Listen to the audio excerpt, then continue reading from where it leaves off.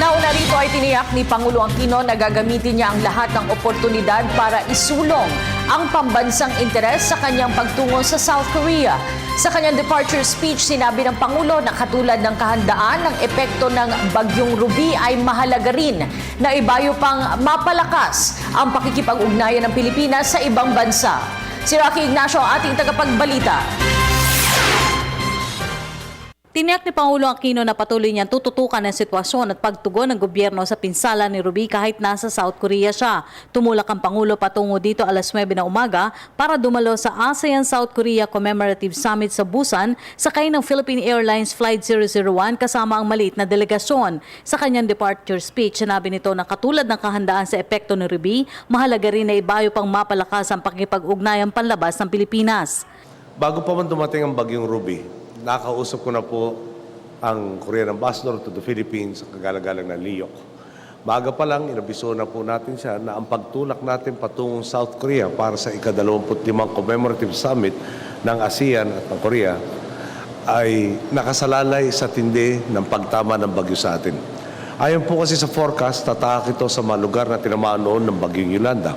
Batay sa mga huling ulat na ating natanggap, lumalabas na hindi po ganong kalawak at kaluba ang dinulot na suliranin nito sa atin.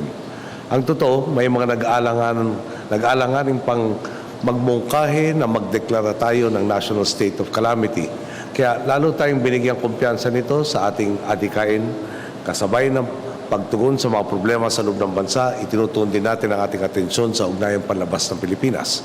Ang sinisiguro ko naman po sa inyo, patuloy akong susubaybay sa pagpasok ng mga ulat, buong buo ang ating tiwala sa mga membro ng ating gabinete na namamahala sa mga hakbang na isinasagawa ng inyong pamahalaan upang masigurong maibalik sa normal ang takbo ng buhay ng mga kababayan nating apektado ng Bagyong Ruby.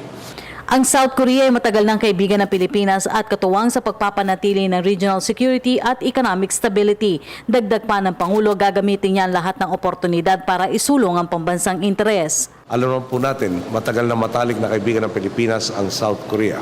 Isa itong relasyong pinanday na mayamang kasaysayan ng pagkakapit-bisig para sa demokrasya, kalayaan at kaunlaran. Mula sa pagpapalago ng ekonomiya, sa pagpapaiting ng pambansang seguridad, pagpapasigla sa turismo, hanggang sa masusing ugnayan sa pagitan ng ating mga mamamayan, katuwang talaga natin ang South Korea. Halimbawa po, may mahigit 1 milyong turista po silang lumalapag sa ating bansa noong nakaraang taon. Ang kumpanyang Hanjin naman na mula sa kanilang bansa, tumulong na gawin tayong 4th largest shipbuilding nation sa buong mundo. Ayon na yan sa mga datos para sa unang bahagi ng taong 2014. Noong sinalanta naman tayo ni Yolanda, nariyan din ang South Korea na nagpaabot ng tulong tulad na lang ng pagpapadala ng kanilang araw troops sa mga apektado nating komunidad. Nakatakdang makipagpulong ang Pangulo sa leader ng South Korea na si Park Geun-hye para sa inaasahang pagpapalakas pa ng relasyon sa larangan ng trade, investment at tourism, kabilang na dito ang pagsusulong ng pagkilos sa epekto ng climate change. Nananabik po tayong muling makausap si President Park. Kukunin natin ang oportunidad na ito upang lalong mapalawak at mapaigting ang kooperasyon ng Pilipinas sa kanila at maisulong ang stabilidad at kaunlarang kapakipakinabang sa ating mga bansa.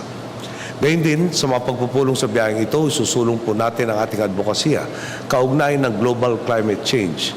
Kung tatanungin nga po tayo tungkol sa ating best practices sa paghahanda at pagtugon dito, hindi tayo mag-aatubaling ibahagi ang ating karanasan at kaalaman ukol sa usapin. Ito ang huling biyahe ni Pangulo Aquino sa ibayong dagat ngayong taon, kaya pagtiyak nito, susulitin niya ang bawat pagkakataon na makapaghatid ng mga bagong oportunidad sa mga Pilipino. Tunay po, hakbang bawat hakbang, nakikita na natin at ang buong mundo ang kakayahan ng Pilipinas na makamit ang makabuluhang pagbabago. Kaya naman, tuloy-tuloy lang tayo sa pagtaas sa tuwing na daan, patuloy tayong mag-ambagan at pagmalasakit sa isa't isa, at tsaka po, tuloy-tuloy lang din ang kolektibo nating pagsulong tungo sa isang mas maunlad at mas masaganang kinabukasan. Para sa Telebisyon ng Bayan, Rocky Ignacio.